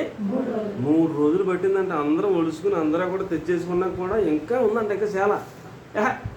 ఎన్ని రోజులు అయితే ఎన్ని రోజులు ఒలుసుకుంటాం, 3 రోజులు చాలేరా ఎలా ఉంది అని చిరాకు వచ్చేందంట. ఏంటి బంగారం ఒలుసుకుంటే చిరాకు వచ్చేందంట. అంతమంది ఉన్నారంటండి. విస్తారమైన ఇసుకరేణువులాగా ఉన్నారు సైనికులు. అందరూ చచ్చిపోయారు. వాళ్ళ ఒంటి మీద బంగారం ఎంత ఉందో తీసుకుంటమే, చైర్లు ఇలాగ ఇప్పుకుని తీసుకుంటమే. మనకు కాజుతో సంపాదించుకుంటే 70,000 ఎంత ఉంది ఇప్పుడు, దేవునికి స్తోత్రం. 70,000 ఎంత ఉంది. కష్టపడితే కాజు 2 కాజులు కొనుక్కుంటే మనం మామూలుగా అమ్మ బాబాయ్ 2 కాజులు కొనేసుకున్నాం అనుకుంటాం. ఆడు మొయ్యగలంత బత్త అంట తెచ్చేసుకుంటమే ఆస్తి. అడిగితే ఏమి లేదేక, వాళ్ళదే మొత్తం అంతా. కాబట్టి దేవుడు స్తుతుల మూలమున ఏమండి ఏదైనా కార్యం చేయగలుగుతాడు. దేవునికి మహిమ. ఇంకా చెప్పడానికి స్తుతుల మూలంలో ఇంకా చాలా విషయాలు ఉంటాయి. ఏమండి, అవన్నీ చెప్తే చాలా టైం అయిపోతుంది. అపోస్తలులు పౌలు గారు శీల చెరసాలలో ఉండి దేవుణ్ణి స్తుతించుటకు ఆరాధించడానికి మొదలు పెట్టారంట. చెరసాల పునాదులు కదిలిపోయి అంట. చెరసాలలో ఉన్న ఖైదీలందరూ మారిపోయారంట. దేవునికి స్తోత్రం కలిగిన అందరూ మారిపోయారు. సంఖ్యలు విడిపోయి చెరసాల నాయకుడు ఇంకేముంది, చెరసాల మొత్తం కదిలిపోయింది, అందరూ పారిపోయింటారని చెప్పేసి కత్తి తీసుకుని నేను నరుక్కోపోతే పౌలు అంటాడు, అయ్యా అందరూ ఎక్కడ ఉన్నారు చూసుకో అంటే లైట్ తెచ్చుకుని పుస్తకం తెచ్చుకుని ఒకటి పెరుగుడు పోయి అందరూ అక్కడ ఉన్నారు. ఆశ్చర్యపోయాడు చెరసాల నాయకుడు. థియేటర్ బాబు నా జీవితంలో చూడలేదు, చెరసాల్లోకి వచ్చిన ప్రతి వాడు అవకాశం వస్తే పారిపోతారు. వీళ్ళందరూ అవకాశం వచ్చినా పారిపోతారు. అంతే అందరూ మారిపోయారు ఒక రాత్రిలో. నేను కూడా మారాలనుకున్నాను బాబయ్య, రక్షణ పొందడం నేను ఏం చేయాలని అడుగుతున్నాడు పౌలు గారిని అర్ధరాత్రిగా. అప్పుడు యేసునందు విశ్వాసం ఉంచుము, నీవు నీ ఇంటి వారు రక్షణ పొందుతారంటే వాళ్ళ ఇంటికి తీసుకెళ్ళి గాయాలు కడిగి వాళ్ళతో వాకింగ్ చేపించుకుని అర్ధరాత్రిగా బాప్తిని తీసుకున్నాడు చెరసాల నాయకుడు. దేవునికి స్తోత్రం చెప్పండి. స్తుతుల మూలమున ఏదైనా చేస్తాడు దేవుడు. కాబట్టి మనం ఏమి నేర్చుకోవాలా? స్తుతులు చెల్లించడం నేర్చుకోమని చెప్తున్నాడు. మొట్టమొదటి ఏమి నేర్చుకోవాలి? ఆయన ఆదుకుంటాడు. ఒక భరోసా మనకు ఉంది. మనమేమి విడవబడిన వాళ్ళం కాదు. మన పక్షంగా ఎవడో లేడు అనుకోవాల్సిన పరిస్థితి ఏమి లేదు. మన పని అయిపోయిందని కృంగిపోవాల్సిన పని ఏమి లేదు. మన పక్షంగా దేవుడు ఉన్నాడు, ఆయన ఆదుకుంటాడని ఒక విశ్వాసంతో జీవించమని చెప్తున్నాడు. రెండోది ఏం చెప్తున్నాడు? అమ్మా మొరపెడుతుంది నేర్చుకోండి అని చెప్తున్నాడు. మూడోది ఏం చెప్తున్నాడు? స్తుతించండి అని చెప్తున్నాడు. స్తుతుల మూలముగా అవతల సైతాను శక్తులైనా పారిపోతాయి. దేవునికి స్తోత్రం కలిగిన ఎటువంటి సైతాను శక్తులైనా, దయ్యపు శక్తులైనా, ఎటువంటి బలమైన శక్తులైనా స్తుతుల మూలమున స్తుతిస్తూ ఉంటే ఆడికి అగ్ని రాజుకున్నట్టు ఉంటుంది అనమాట. ఉండడు అక్కడ, సైతాన్ని ఉండలేదు. స్తుతుల మూలమున ఏదైనా సాధ్యం. స్తుతులు చెల్లించే చోట అనారోగ్యాలు పారిపోతాయి. స్తుతులు చెల్లించే చోట రోగాలు పరిగెత్తికెళ్ళిపోతాయి. స్తుతులు చెల్లించే చోట సైతాను శక్తులు ఉండలేవు. దేవునికి స్తోత్రం. హల్లెలూయా.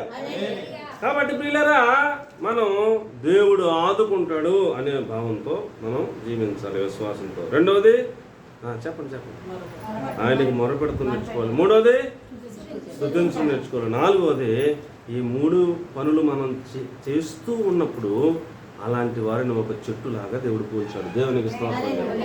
ఒక చెట్టులాగా పోల్చాడు. ఆ చెట్టు అంట కొమ్మలు అలాగ పెరుగుతూ ఉంటాయంట. కొమ్మలు విశాలంగా పెరిగిపోతాయంట, పెద్ద వృక్షం అయిపోతుందంట. ఆ కొమ్మల కింద, ఆ చెట్టు కింద అనేక జంతువులు వచ్చి నివసించగలిగినంత వృక్షంగా విస్తరింపజేసేస్తానంట ఆ వ్యక్తిని దేవుడు. దేవునికి స్తోత్రం చెప్పండి. నీవు స్తుతించడం నేర్చుకుంటే, నీవు మొరపెట్టడం నేర్చుకుంటే, నా దేవుడు నన్ను ఆదుకుంటాడనే ఒక పాయింట్లో నీవు బతకడం నేర్చుకుంటే నిన్ను ఒక మహావృక్షంగా దేవుడు విస్తరింపజేస్తాడు. ఒకప్పుడు నేను బతకడమే కష్టంరా అన్నట్టుగా ఉన్న నీవు ఇప్పుడు 10 మందికి అన్నం పెట్టేలాగా నేను తీసుకెళ్తాడు దేవుడు.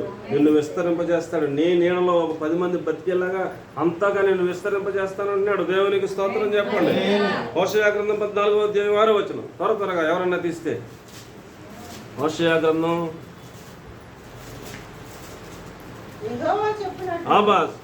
సూపర్ 14:6 చదవండి. అమ్మా యెహోవా లేదు హోషయ నేను చెప్పింది హోషయ 14:6. అతని కొమ్ములు విశాలముగా పెరుగును, ఒలీవ చెట్టును కలిగినంత సౌందర్యం అతనికి కలుగును, లెబానోనుకున్నంత సువాసన అతనికి ఉండును. అతని నీడ యందు నివసించువారు మరలివత్తురు, ధాన్యము వలేవారు తిరిగి మొలుతురు, ద్రాక్ష చెట్టు వలేవారు వికసింతురు, లెబానోను ద్రాక్షరసం వాసన వలేవారు పరిమళింతురు. అబ్బా ఎన్ని ఆశీర్వాదాలు ఇస్తున్నాడో. 5వ వచనం చూస్తే, చెట్టునకు మంచు ఉన్నట్టు నేను అతనికి ఉంటాను, తామర పుష్పం పెరిగినట్లు అతడు అభివృద్ధి పొందుతాడు, లెబానోను పర్వతం మీద దాని వేళ్లు తన్నునట్లు వారు తమ వేళ్లు తన్నుతారు, అతన్ని కొమ్మలు విశాలముగా పెరుగుతాయి, అతని నీడను అనేక మంది నివసించేలాగా అతన్ని అభివృద్ధి చేస్తానని చెప్తున్నాడు. దేవునికి స్తోత్రం.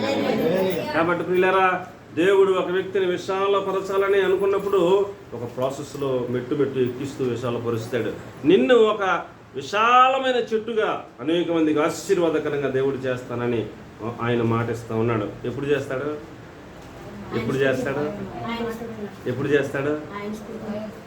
నా దేవుడు నన్ను ఆదుకుంటాడని ఒక విశ్వాసంతో బతికినప్పుడు. ఎప్పుడు చేస్తాడు? అమ్మ నువ్వు చెప్పరా, అసలు ఇంపార్టెంట్ నువ్వే. ఎప్పుడు చేస్తాడు? దేవుడు నన్ను ఆదుకుంటాడని భరోసాతో జీవిస్తున్నప్పుడు, ఒక నిరీక్షణతో విశ్వాసంతో జీవిస్తున్నప్పుడు. రెండోది ఆయనకు మొరపెట్టడం నేర్చుకున్నప్పుడు. మూడోది ఆయన స్తుతించడం నేర్చుకున్నప్పుడు నిన్ను ఒక మహావృక్షంలాగా విస్తరింపజేస్తానంటున్నాడు, అభివృద్ధి చేస్తానంటున్నాడు, ఆశీర్దిస్తానంటున్నాడు. 4 పాయింట్లు అయిపోయాక 5వ పాయింట్లు ఏం నేర్పిస్తున్నారంటే, నిన్ను ఆల్రెడీ ఆశీర్వదించిన తర్వాత నువ్వేం చేయాలంటే నీ హృదయం విశాలం చేసుకోవాలంట. దేవునికి స్తోత్రం. హృదయం ఏం చేసుకోవాలంట? 2వ కొరింథీ పత్రిక 6వ అధ్యాయం 11వ వచనం 13వ వచనం. 2వ కొరింథీ పత్రిక 6వ అధ్యాయం 11, 13. మీ హృదయము విశాలపరచబడి ఉన్నది అంటాడు. మా ఎడల మీ హృదయం విశాలపరచుకోండి, మీ హృదయంలో మాకు చోటు ఉండే అంటాడు. మీ ఎడల మాకున్న అంతఃకరణము మీరును మీ హృదయములను విశాలపరుచుకోండి అన్నాడు. దేవునికి స్తోత్రం కలగనగా. మీ ఎడల మా హృదయం చాలా విశాలంగా ఉంది, కానీ మా ఎడల మీ హృదయం సంకుచితంగా ఉంది. అలా ఉండకూడదు. మా ఎడల మీ హృదయాన్ని మీరు ఎలా చేసుకోండి? విశాలపరుచుకోండి అన్నాడు. దేవునికి గట్టిగా స్తోత్రం చెప్పండి. హల్లెలూయా. కాబట్టి ప్రియులారా, విశాలపరుచుకోవాలట. అమ్మ ఏం చేసుకోవాలంటే హృదయాన్ని విశాలపరుచుకోవాలి. హృదయం చాలా మందికి సంకుచితంగా ఉంటుంది. ఎలా ఉంటుందండి? సంకుచితంగా ఉంటుంది. దేవుడు ఎంత ఆశీర్వదించినా, ఏమండి, దేవుడు ఎంత విశాలపరిచినా, దేవుడు ఎంత అభివృద్ధి చేసినా ఎంగిలి చేతితో కాకిని కూడా కొట్టరంట. చాలా ప్రమాదం సుమా. దేవుడు ఆశీర్వదించిన తర్వాత హృదయాన్ని ఎలా చేసుకోవాలంట? విశాలపరుచుకోమని చెప్తున్నాడు. ఎలా విశాలపరుచుకోవాలి? హృదయాన్ని ఎలా విశాలపరుచుకోవాలి? నేను చెప్పే మాటలు లోక సంబంధమైన మాటలు కాదండి. లోక సంబంధంగా విశాలపరుచుకోమని చెప్పట్లా. లోక సంబంధంగా మీరు విశాలపరుచుకోమని నేను వాక్యంలోంచి మీకు చూపించట్లేదు. ఆత్మ సంబంధంగా హృదయాన్ని ఏం చేయాలి? విశాలపరుచుకోవాలి. చాలామంది దైవ సేవకులు ఇంటికి వస్తే, ఏమండి అయ్యగారు వందనాలండి అని చక్కగా పల్లికలు ఇచ్చి మాట్లాడతారు. ఆయన రమ్మంటారు, వెళ్తారు, ప్రార్థన చేస్తారు, ఆమేన్ అనగానే సైలెంట్గా ఉంటారు, వచ్చేస్తారు, వెళ్ళిపోతారు. మంచినీళ్ళు కూడా ఎవరండి? హృదయం ఎలా ఉందానికి? ఎలా ఉందండి? సంకుచితం. హృదయం ఎలా ఉందండి? సంకుచితం, ముడిచిపోయినట్టు అనమాట. విశాలంగా ఉండదు. ఒక్కొక్క ఇంటికి నేను ఎప్పుడు కూడా ఎవరింటికి విజిటింగ్ ఎప్పుడు వెళ్ళను, అంత తీరిక నాకు లేదు కనుక. చాలాసార్లు పరిస్థితులు ఎలా ఉంటాయనేది వింటూ ఉంటాం కాబట్టి చెప్తాను. చాలామంది మంచినీళ్ళు ఇస్తారంట.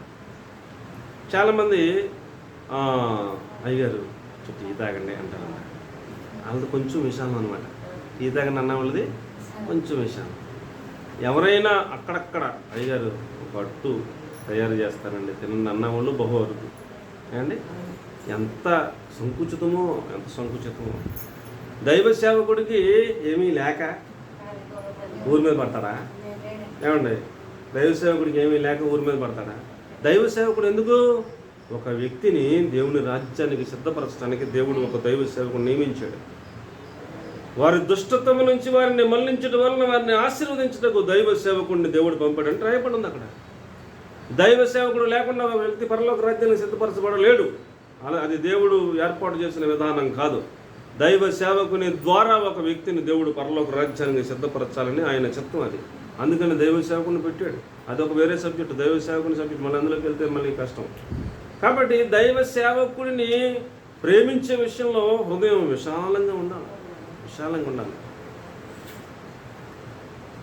చాలామంది చాలా సంకుచితంగా ఉంటారు. అంటే మీకు అర్థం అవడం అని చెప్పాను తప్ప ఏదో పెట్టమని కాదు నా ఉద్దేశం. మీకు ఇంకా చెప్తే అర్థమవుతుంది. గలతీ పత్రిక 4వ అధ్యాయం 4వ వచనం 14వ వచనం 15వ వచనం కనుక మనం చూస్తే గలతీయుల సంఘంలో గలతీయులు అన్నారంట గలతీ సంఘంలో గలతీయులు అన్నారంట అపోస్తలుడైన పౌలు గారిని చూసి, అయ్యా నీ కళ్ళకి వ్యాధి చేత నీవు చాలా బాధపడుతున్నావు. మేము మా సంఘంలో మేము ఇక్కడే మా కొంపలో పడి ఉంటాం. మా వల్ల పెద్ద ఉపకారం ఏం లేదు. మా కళ్ళు తీసి నీకు ఇచ్చేస్తాం. మా కళ్ళు తీసి నువ్వు పెట్టుకో. నువ్వు ఆసియా ఖండం అంతా తిరుగుతున్నావు, ప్రపంచం అంతా తిరుగుతున్నావు. నీ వలన అనేక లక్షల మంది ఆశీర్వదించబడుతున్నారు. నువ్వు అనేక వేల మంది లక్షల మంది నువ్వు ఆత్మీయంగా రక్షణలోకి తీసుకొస్తున్నావు. నువ్వు చాలా అవసరం మాకు. మా కళ్ళు మీకు తీసి ఇవ్వడానికి మేము సిద్ధంగా ఉన్నాం. మా కళ్ళు పెట్టుకోవయ్యా అన్నారంట. వీళ్ళ హృదయం ఎంత విశాలంగా ఉందండి. అమ్మ ఎంత విశాలంగా ఉంది. అపోస్తలుడైన పౌలు గారికి మీకేం అర్థం అవ్వలేదనుకుంటా అలా చూస్తున్నారు. అపోస్తలుడైన పౌలు గారికి కళ్ళ వ్యాధి ఉంది. ఏముందండి? అపోస్తలుడైన పౌలు గారికి ఏం వ్యాధి ఉంది?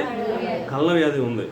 ఆయన దగ్గరికి వచ్చిన ప్రజలు, మీటింగ్కి వచ్చిన ప్రజలు వచ్చి, అయ్యగారు నాకు ఇలాంటి ప్రాబ్లం ఉందండి, ప్రార్థన చేయండి అని అంటే, ఆడు ఎటువంటి వ్యాధితో వచ్చిన, క్యాన్సర్ అయినా ఎటువంటి వ్యాధి అది భూమి మీద ఎవడ తగ్గించని వ్యాధి అయినా వచ్చి ప్రార్థన చేయమంటే పౌలు గారు అలా ప్రార్థన చేయగానే వ్యాధి తగ్గిపోతుందంటే ఆడ వెళ్ళిపోతానంట. వచ్చిన వాళ్ళందరికీ స్వస్థత కలిగిపోతుందంట. ఆయన పట్టుకున్న వస్త్రం అలా పడిపోతే ఎవడో వస్త్రాన్ని ముట్టుకుంటే ఆడికి స్వస్థత వచ్చేస్తుందంట. అలాగే అద్భుతాలు చేస్తాడంట దేవుడు అపోస్తలుడైన పౌలు గారి ద్వారా. కానీ ఆయన కళ్ళు వ్యాధి మాత్రం తగ్గుతలేదు. ప్రభువా నేను ప్రార్థన చేస్తే అందరికీ స్వస్థత ఇస్తున్నాను కదా ప్రభువా, నాకు ఈ వ్యాధి తగ్గించిన ఆయన కళ్ళు అంట ఇలాగ అప్పుడే శుభ్రం చేసుకుంటే మళ్ళీ అరగంటకి ఇటువైపు మొత్తం పుసులు వచ్చేస్తున్నాయి. నన్ను ఎదుటోడు ఎలా చూస్తాడు ప్రభు, అసహించుకుంటున్నారు కదా ప్రభు, నాకు ఈ వ్యాధి తగ్గించి ప్రభు అని 3 సార్లు ప్రార్థన చేశాడంట అపోస్తలుడైన పౌలు గారు. ప్రార్థన చేస్తే యేసు అన్నాడంట, నాన్న నా కృప నీకు చాలు, నేనే పెట్టాను అది నీకు ముళ్ళుగా, అది అలాగ ఉంటేనే మంచిది, ఇంకా దాని గురించి ప్రార్థన చేయగలడంట. ఇక మరి ఆయన చిత్తమైనప్పుడు ప్రార్థన చేసినా తగ్గించినప్పుడు ఇంకెందుకని వదిలేశాడు.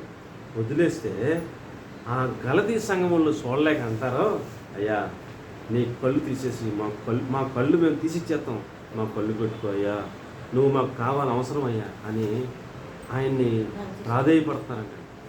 ఇలా హృదయం ఎంత విశాలంగా ఉంది చెప్పండి. ఏమండి, ఒక దైవ సేవకుడికి వాళ్ళ కళ్ళే తీసి ఇచ్చేస్తాం. మరి సంఘస్థులు అందరూ మాట్లాడుతున్నారండి, మా కళ్ళు తీసుకో అని, సిద్ధంగా ఉన్నామని. అలా హృదయం విశాలంగా ఉందా, సంకుచితంగా ఉందా? దైవ సేవకుడి కోసం కళ్ళే తీసి ఇవ్వడానికి సిద్ధపడ్డారంటే వాళ్ళు చాలా విశాల హృదయం కలిగి ఉన్నదని అర్థం. ఏమండి అమ్మా, మనం ఒక నిర్ణయం తీసుకున్నామంటే, ఇలా నా వైపు మనం ఒక నిర్ణయం తీసుకున్నామంటే ఆ నిర్ణయం వలన దేవుని రాజ్యమునకు ఏదన్నా మేలు జరిగే నిర్ణయం తీసుకోవాలి. దేవుని రాజ్యం ఒక నలుగురిని మనం రక్షణలోకి నడిపించడానికి మనం ఒక నిర్ణయం తీసుకోవాలి. మనం తీసుకున్న ఒక నిర్ణయం వలన దేవుని రాజ్యానికి మేలు కలగాలి. అలాంటి నిర్ణయాలు మనం తీసుకోవాలి. నాకు కళ్ళు లేకపోతే నన్ను అడుగుతాడు, నేను నా కొంపలో పడి ఎడుతాను, నాకు కళ్ళు తీసుకుని నువ్వైనా పెట్టుకోయ్యా, నా కళ్ళుతో నువ్వైనా సువార్త చేసుకుని వేల మందిని రక్షణలోకి తీసుకురాయ్యా, ఆ వ్యాధి పోగొట్టుకోయ్యా అని కళ్ళు ఇచ్చేస్తామని వీళ్ళు ప్రాధేయపడుతున్నారండి. దేవునికి స్తోత్రం కలగాలి. రోమాపత్రిక 16వ అధ్యాయం 3-4 వచనాల్లో చెప్పాడు అపోస్తలుడైన పౌలు గారు, నా ప్రాణమునకు వాళ్ళ ప్రాణమును అడ్డేశారు అకుల ప్రిస్కిల్ల అనే భార్య భర్తలు అంటూ సాక్ష్యం చెప్పాడు. దేవునికి స్తోత్రం చెప్పండి. అపోస్తలుడైన పౌలు గారు వచ్చాడంట, ఇంట్లో ఉన్నాడంట, అకుల ప్రిస్కిల్ల ఇంట్లో ఉన్నాడంట. పౌలు గారిని పట్టుకుందామని వచ్చారు. సో సైనికులు వచ్చి, మీ ఇంట్లో పౌలు ఉన్నాడని మాకు తెలిసింది, ఏంటి మాకు చెప్పండి ఉన్నాడా లేదా అని వీధిలో ఉండి అరుతున్నారు సైనికులు. అరుతుంటే ఇప్పుడు ఈ భార్య భర్తలు ఇద్దరు నిజమే బాబా ఉన్నాడు బాబా అని చెప్పి తీసుకెళ్ళి అప్పచెప్పితే ఏం చేస్తారండి? చంపేస్తారు. పౌలు గారిని రక్షించుకోవడానికి భార్య భర్తలు ఇద్దరు అక్కడ ప్రాణాలకు అడ్డం వేశారంటండి. ఏం వేశారంటండి? ప్రాణాలకు అడ్డం వేశారంటండి. మమ్మల్ని చంపప్పుడు వెళ్ళండి లోపలికి అన్నారంట. ఏం చేయాలంట? మమ్మల్ని చంపి లోపలికి వెళ్ళండి, అపోస్తలుడైన పౌలు గారు జోలుగా దూరుకోమని చెప్పేసి ప్రాణాలను అడ్డంగా పెట్టేశారంట. పెట్టేస్తే వాళ్ళు చేసేదేం లేక సర్లేరా మళ్ళీ వెళ్ళొద్దాంలే అని జాయిగా సర్దుకున్నట్టున్నారు. వాళ్ళు అలాగే వెళ్తాం చూసి ఈయన్ని ఏమండి అలా వెనకాల నుంచి ఒక బొట్టలో కూర్చోబెట్టి దానికి తోళ్ళు కట్టి జాయిగా కిందకి దింపి అటు నుంచి అంటే వెనకాల నుంచి ఇంకో దారి అంట పంపించారంట. దేవునికి స్తోత్రం కలిగింది. ఒక దైవ సేవకుడిని కాపాడుకోవడం కోసం తమ ప్రాణములనే వారు అడ్డంగా పెట్టారని చెప్పి సాక్ష్యం చెప్పాడు. అది విశాల హృదయం అంటే దేవునికి స్తోత్రం చెప్పండి. దేవుని రాజ్యానికి మన నిర్ణయం మేలు, దేవుని రాజ్యానికి మేలు కలిగించేదిగా మన నిర్ణయం ఉండాలి. అది విశాల హృదయం అంటే నా భావం అండి. విశాల హృదయం అంటే ఏదో మీరు పెట్టండి అది కాదు. విశాల హృదయం అంటే మన నిర్ణయం దేవుని రాజ్యానికి ఏం చేయాలి? మేలు చేయాలి. మీ ఇంటికాడ కృతజ్ఞత కూటమనో, ఏమండి జ్ఞాపకార్థ కూటమనో, పుట్టినరోజు కూటమనో ఏదో కూటం పెట్టుకోండి. ప్రతి వాళ్ళు మీ ఇంటికాడ కూటం పెట్టుకుంటే మీ బంధువుల్ని, మీ స్నేహితుల్ని, మీ రక్త సంబంధికులను అందరినీ పిలుస్తారుగా. పిలిచినప్పుడు ఆ వాక్యం ఆ దైవ సేవకుడు చెప్పుట వలన ఒక్కళ్ళ రక్షణ పొందిన దేవుని రాజ్యానికి మేలు కలుగుతుంది అని ఆ ఒక్క పాయింట్ మీద 10,000 ఖర్చు పెడతారు, సిద్ధపడతారు. ఒక్కొక్కరు ఒక్క ఆత్మరక్షణ పొందితే ఈ పాయింట్ మీద నాకు చాలా పరలోక రాజ్యంలో నాకు జీతం ఇస్తాడు దేవుడని వాళ్ళు ప్రయాసపడిపోతుంటారు, పరిచయం చేసేస్తుంటారు. దేవుని రాజ్య విస్తరణ కొరకు నేను ఏదో ఒకటి చేయాలా. ఏమండి ఒక ఇంటికాడ జ్ఞాపకార్థ కూటం పెట్టారంట. పెట్టి ఒక సేవకుని పెద్ద సేవకుని రమ్మంటే ఆయన వచ్చాడంట. ఆయనకి అసలు తీరుకుండదు, ఒక పూట కూడా తీరుకుండదు అండి. ఆయన జ్ఞాపకార్థ కూటం అంటే అన్నీ మానుకుని వచ్చాడు. ఎందుకు వచ్చాడు? ఏదైనా సువార్త కూటం అయితే వచ్చిన వాళ్ళందరూ దేవుని ఎరిగిన వాళ్ళే ఉంటారు కదా. అదే జ్ఞాపకార్థ కూటం అయితే యశ్బాబుని ఎరగని వాళ్ళు, బంధువులు, వాళ్ళ స్నేహితులు, అన్ని రకాల వాళ్ళు వస్తారు. అక్కడ ఒక 10 మందిని రక్షణ పొందుతారని చెప్పేసి ఆయనకి జ్ఞాపకార్థ కూటం అంటే వదిలిపెట్టడంట. ఏదైనా పెళ్ళి అంటే వదిలిపెట్టాడు. మళ్ళీ పెళ్ళికి అందరూ వచ్చేస్తారు కదా. ఆడు రక్షణ పొందినోడు కుటుంబమైనా, ఆడు బంధువులందరూ రక్షణ పొందినోడైనా మరి పెళ్ళికి రావాలి తప్పదు కదా, వచ్చేస్తారు. వచ్చేది పెళ్ళికి మాండంట, జ్ఞాపకార్థ కూటానికి మాండంట. సువార్త కూటం ఎంత పెద్ద అయినా, ఎంత ఆదాయం వచ్చేదని వదిలేస్తాడట. వచ్చేసి ఆ కూటంలో వాక్యం చెప్పిన తర్వాత నరకం వెళ్ళాలనుందా, పరలోకం వెళ్ళాలనుందా, మీరు చేయొద్దనంటే ఇంచుమించు 10 మంది ఎంతమంది బాప్తిసం తీసుకున్నారంట ఆ మీటింగ్లో.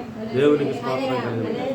కాబట్టి ప్రియులారా, మనం ఒక జ్ఞాపకార్థ కూటం పెట్టినా, ఒక పుట్టినరోజు కూటం పెట్టినా, ఏది పెట్టినా మన టార్గెట్ విశాల హృదయం. ఈ మీటింగ్ పెడితే 1000 రూపాయలు అయిపోతుంది, ఇప్పుడు ఎలాగా 2-3 ఏళ్ళు అయిపోతాయి, మరి ఈ మీటింగ్ తర్వాత పెడదాంలే, అలాగే కాదు.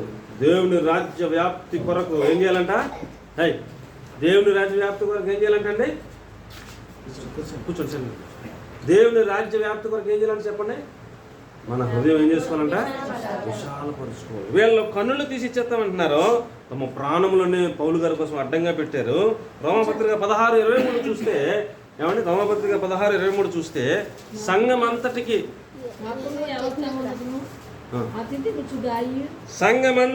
ఆతిథ్యమిచ్చు గాయి మీకు వందనములు చెప్తున్నాడు అన్నాడు. చాలు సరిపోతుంది. సంఘం మనకు అంతటికి ఆతిథ్యం ఇచ్చే గాయి అన్నాడు. అంటే ఇలా సంఘం ఉందనుకోండి, ఈ సంఘం అంతటికి మరి క్రిస్మస్ వస్తుంది, భోజనం ఏర్పాటు చేస్తున్నామని పాస్టర్ అన్నారు అనుకోండి. అప్పుడు గాయి అనే ఒక ఆయన ఉంటాడంట రోమా సంఘంలో. ఆయన లేస్తాడు, లేచి అయ్యా సంఘం అంతటికి విందు నిమిత్తం నేను చూసుకుంటానండి, నాకు వదిలేయండి, ఇంకెవరికి ఇవ్వకుండా అవకాశం అంటాడంట. అలాగే సంఘం అంతటికి ఎప్పుడు భోజనం పెడతామన్నా ఆతిథ్యం ఎవరిస్తారంట? గాయి అన్నయ్యని ఇస్తారంట, ఎవరిని అంట.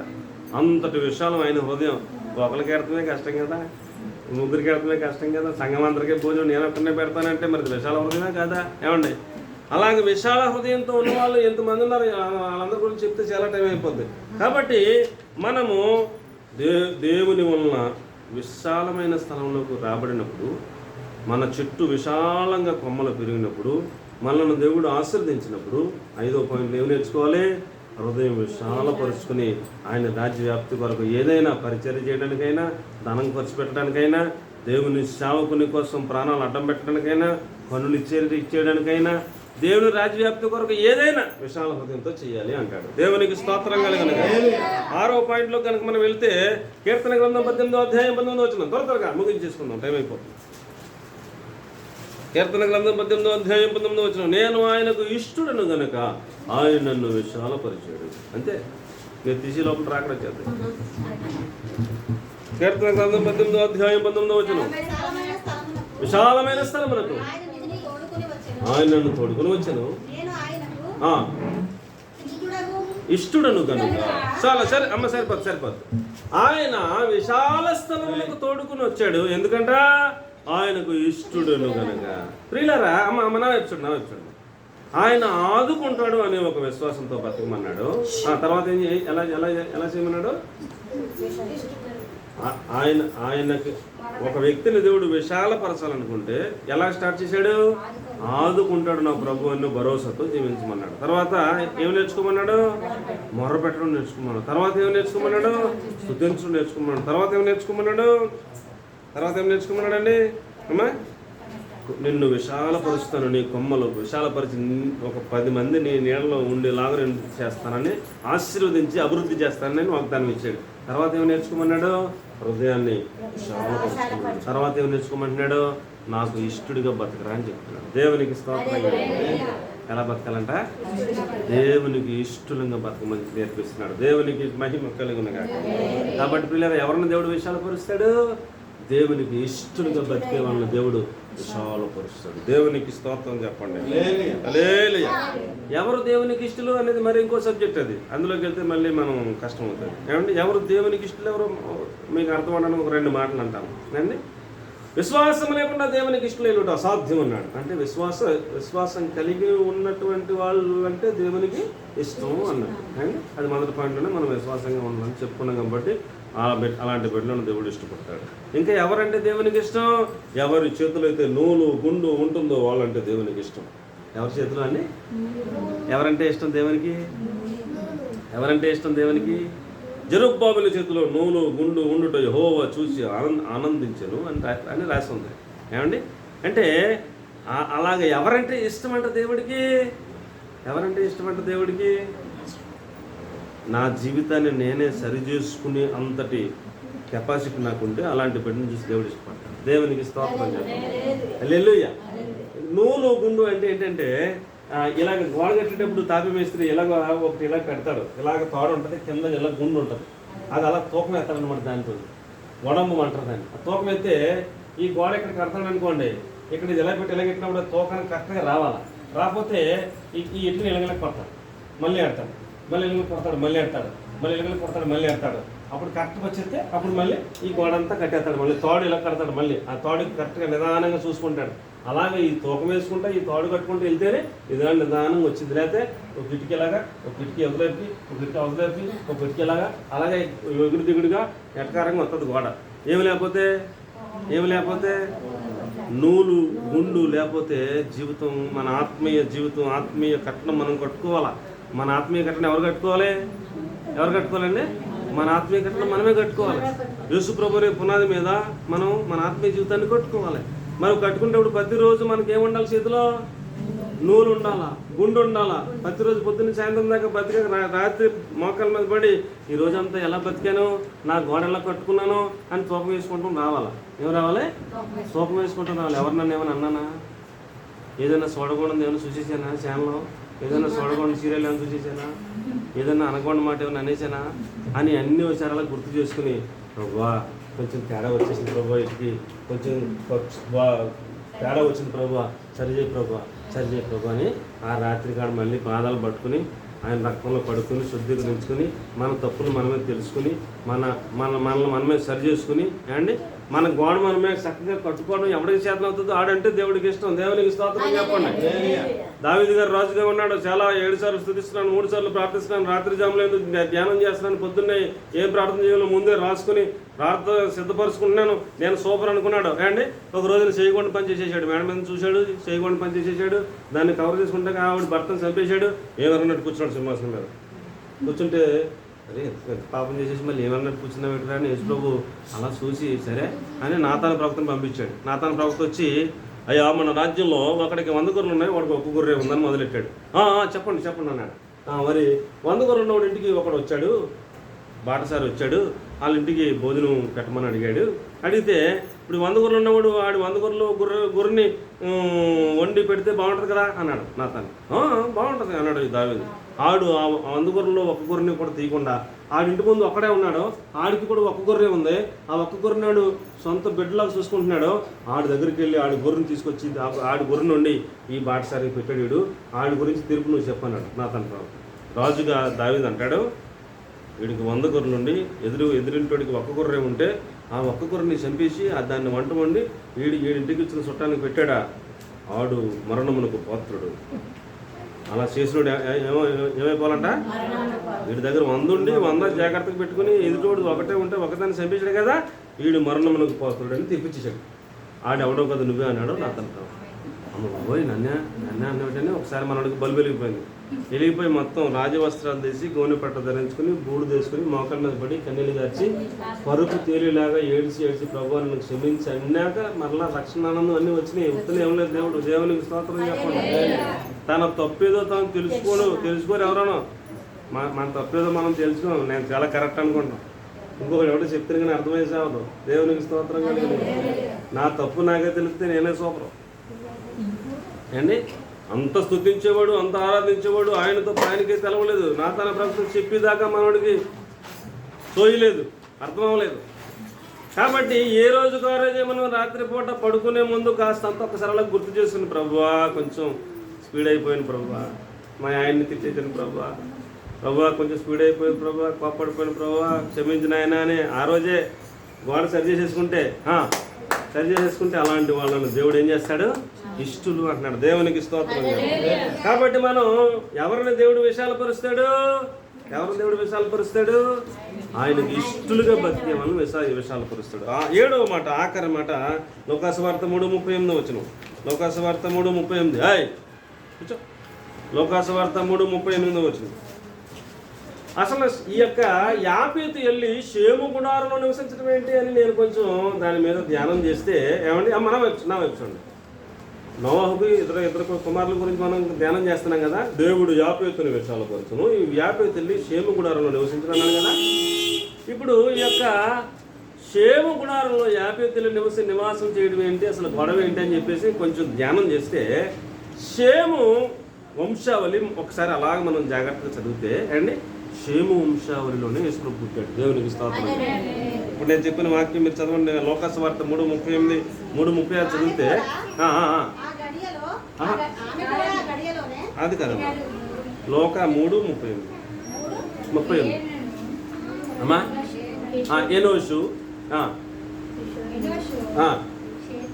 షేతుకు అలాగా లైన్ అంతా చూసుకుంటే అమ్మా చాలేరా అలాగా లైన్ అంతా పైకి చదువుకుంటూ వెళితే షేతు దగ్గర నుంచి యేసు ప్రభు వచ్చాడు అన్నదాకా ఉంటుంది ఆ వంశావళి. ఏమండి ఇప్పుడు షేము గుడారంలో ఎవరున్నారు అమ్మ? చెప్పండి అమ్మ. షేము గుడారంలో ఎవరున్నారు చెప్పండి అమ్మ.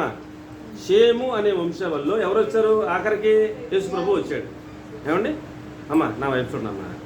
షేము వంశావళి మొత్తం అంతా చూస్తే ఆ షేము నోవహు దగ్గర నుంచి ఆ వంశావళి అలాగలా అబ్రాం అలాగలా దావీదు దగ్గర యేసు ప్రభు దాకా వంశావళి రాశారు. ఇప్పుడు షేము గుడారంలో ఎవరున్నారు? యేసు ప్రభు ఉన్నాడు. ఎవరున్నారండి? యేసు ప్రభు ఉన్నాడు. ఇప్పుడు యాపేతు వచ్చి ఎక్కడ నివాసం ఉండాలంటాడు? షేము గుడారంలో ఉండాలంటాడు. అంటే మనము దేవుని వల్ల విస్తరింపబడాలంటే మనము షేము గుడారంలో నివసించాలంటే యేసు ప్రభు ఉన్న గుడారంలో నివసించాలని అర్థం. దేవునికి స్తోత్రం. మన నివాసంలో ఎవరు ఉండాలన్నట్టు? మన ఇంట్లో ఎవరు ఉండాలన్నట్టు? మన ఇంట్లో యేసు ప్రభు ఉంటే ఏమండి అలాంటి బిడ్డలను దేవుడు విస్తరింపజేస్తాడు. దేవునికి స్తోత్రంగా. ఇంకెక్కువ చెప్పలేను, ఇప్పటికే చాలా టైం అయినట్టుంది. కాబట్టి వెంకయ్యమ్మ గారి కుటుంబాన్ని అలాగే కూడి వచ్చిన మనందరి కుటుంబాలను దేవుడు అలాగ విస్తరింపజేయునుగాక. మహాపరిశుద్ధమైన మా ప్రియ పరలోక తండ్రి మీకు స్తోత్రం చెల్లిస్తున్నాం. ఎత్తబడిన వాటిని నీరుగట్టి ఫలం చెందిపోకుండా సహాయం చేయమని మహిమ ఘనత ప్రభావం మీకు మాత్రమే చెల్లిస్తూ ఈ కుటుంబం పక్షంగా ఈ దినం ఏర్పాటు చేసిన కూడిక ద్వారా మీరు బిడ్డలందరినీ కుటుంబాన్ని ఆశీర్వదించమని యేసుక్రీస్తు ప్రభువును ప్రార్థించి అడిగి వేడుకొని పొంది ఉన్నాం తండ్రి. ఆమేన్. God bless. కుటుంబం కోసం